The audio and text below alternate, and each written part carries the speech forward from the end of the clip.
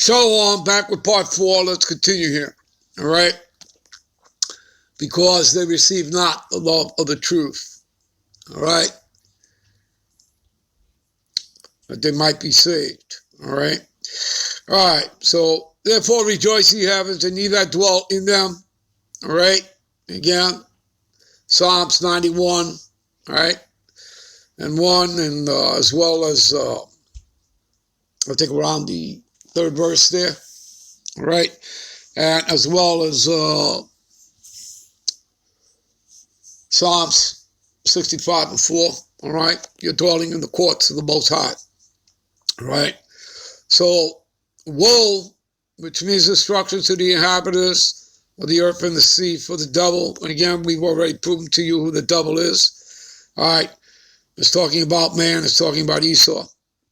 He's come down unto you having great wrath, because he knoweth that he hath but a short time. All right? Short time what? In his rulership, in his kingdom. All right? Because it was prophesied. All this stuff was prophesied before he was ever created, before he was ever born. All right? It was already prophesied. His destiny was already written out. All right? You understand that, people? All right? So, yeah, but a short time, right? We're at the end of this short little season, all right? We read already in Revelations, the 20th chapter, okay? All right? So, anyway, while we're here, let me show you something. You see? All right? See, there was a war in heaven. This is what's getting ready to happen, and Michael, the archangel, and his angels fought against the dragon. This is what's getting ready to happen. The dragon is Esau and his military. And the dragon fought with his angels, his F-117s, F-118s, all right? Military Air Corps, his Space Force, and prevail not. See, they're not going to win, okay? Neither was their place found anymore in the heavens, meaning the skies. They're going to get knocked out of the skies, all right? And the great dragon, this is talking about Esau and his military, all right? This is talking about him. This is talking about NATO, the EU, all right?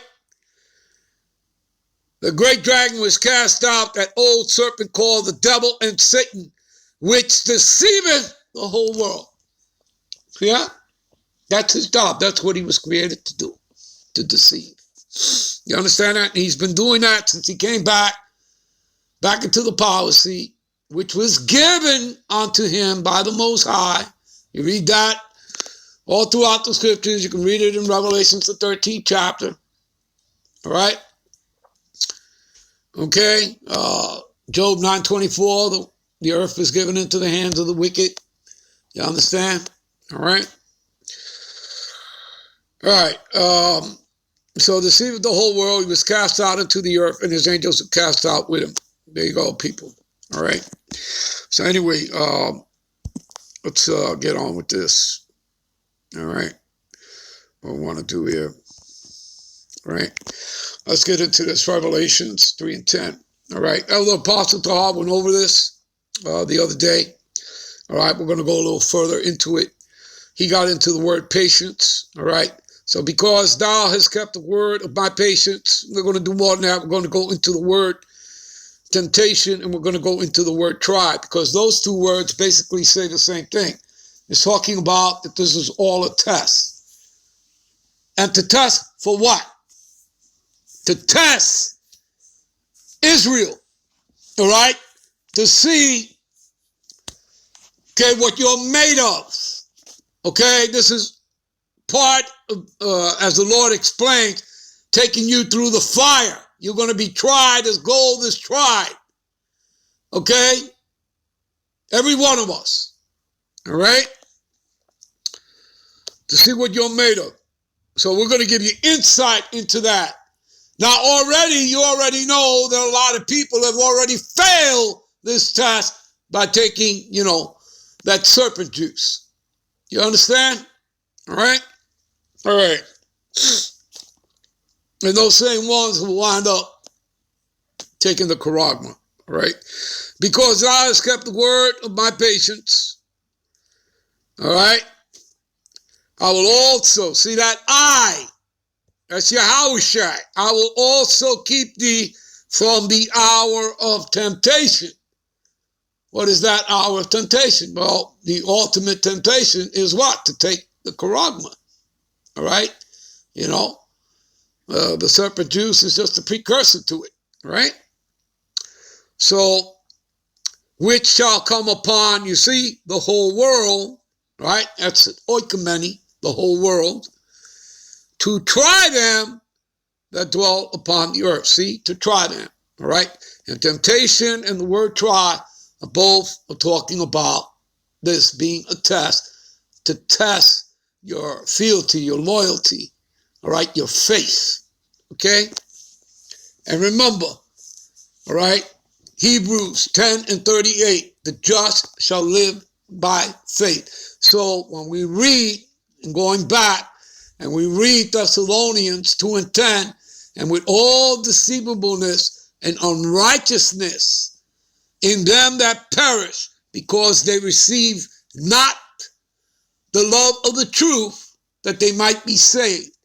Well, they lack what? They lack faith. The just shall live by faith. You're going to put your trust in the Lord.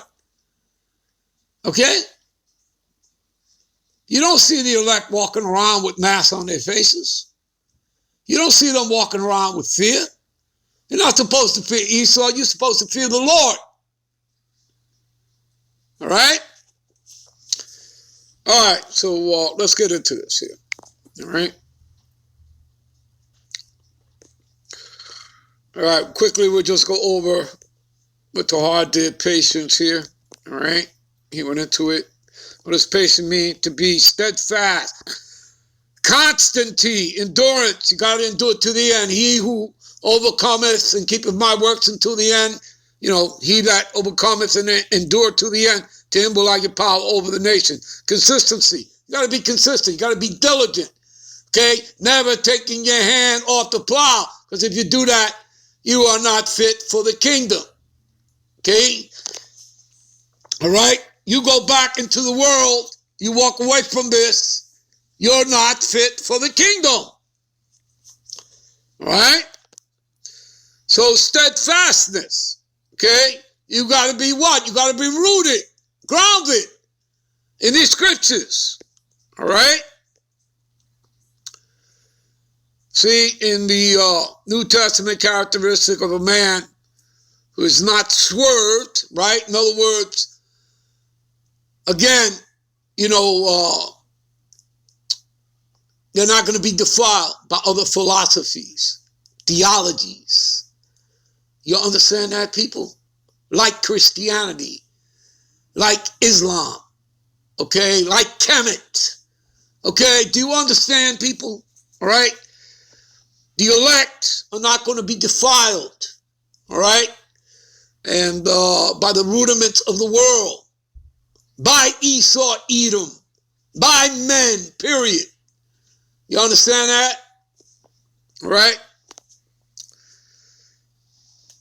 Patience, steadfast, waiting for what? Who are we waiting for?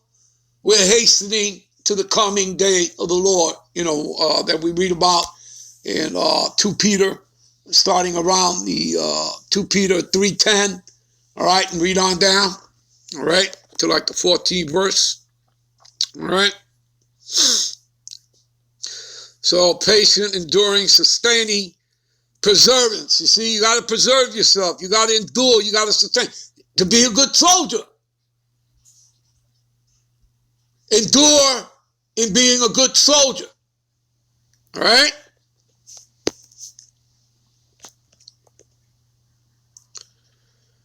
All right. Let's get into these other meanings here. All right, so I'm running out of time here. All right, temptation. All right, let's do that one. Okay. Strong's G 3986. Pyrosmas. All right, you see this? An experiment, attempt, a trial. See, a trial, proving. See? A trial proving, the trial made by you, by my bodily conditions, since conditions served as to test the love of Galatians toward Paul. See, B, trial of man's fealty, integrity, virtue, constancy, okay? And enticement to sin, temptation, all right? Arising from desires, all right? Let's see here, all right?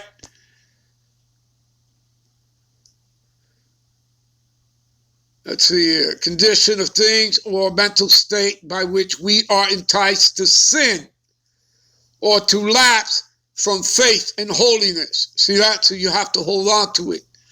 You have to hold on to what? Your fealty, your integrity, your virtue, okay, your faith. See? All right? Adversity, affliction, trouble, as in Jacob's trouble, sent by the Most High, serving to test. I repeat, sent by the Most High, serving to test or prove one's character, faith, and holiness. You see that? You people understand? It's a test. And you could see that all these people that have taken that serpent juice have already failed the test. All right? And the charagma is next. All right? See, a trial of the Most High, all right, for men, all right? Now, if we click on here, the root word, etymology, see, to try whether a thing can be done, attempt, endeavor, to try, to make a trial of, test, see, test, for the purpose of ascertaining the quality of what you think and how you will react, how you behave yourself. See, in a good sense, a bad sense, to test one. Craftily to prove your feelings, your judgment, to try to test one's faith.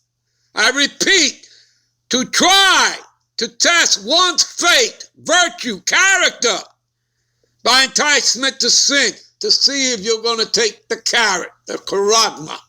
You got it, people? They're dangling it in your faces like they have the serpent juice. All right? See, of the Most High, to inflict evils upon one, in order to prove his character and steadfastness of his faith. I repeat it again. This is from the Most High to inflict evils. He's simply using Esau to do it, all right, in order to prove the character and steadfastness of that individual's faith. See that? You got that, people? All right?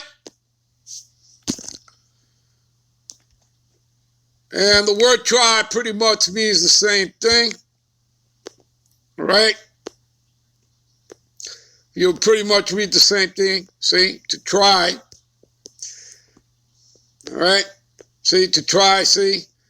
Good sense, bad sense. Try, test one's faith, virtue, character by enticement to sin. See? Of the Most High to inflict evils upon one in order to prove his character, steadfastness in the faith. You see? You got that, people? You understand? All right? All right. All right, we'll end this here. All right, and you know what? I'll give you one more. We'll come back for part 5. I'm going to take you to something. All right? So we'll be right back with part 5 because they receive not the love of the truth that they might be saved, all right? So we'll end this here. We'll be right back with part 5. Shalom.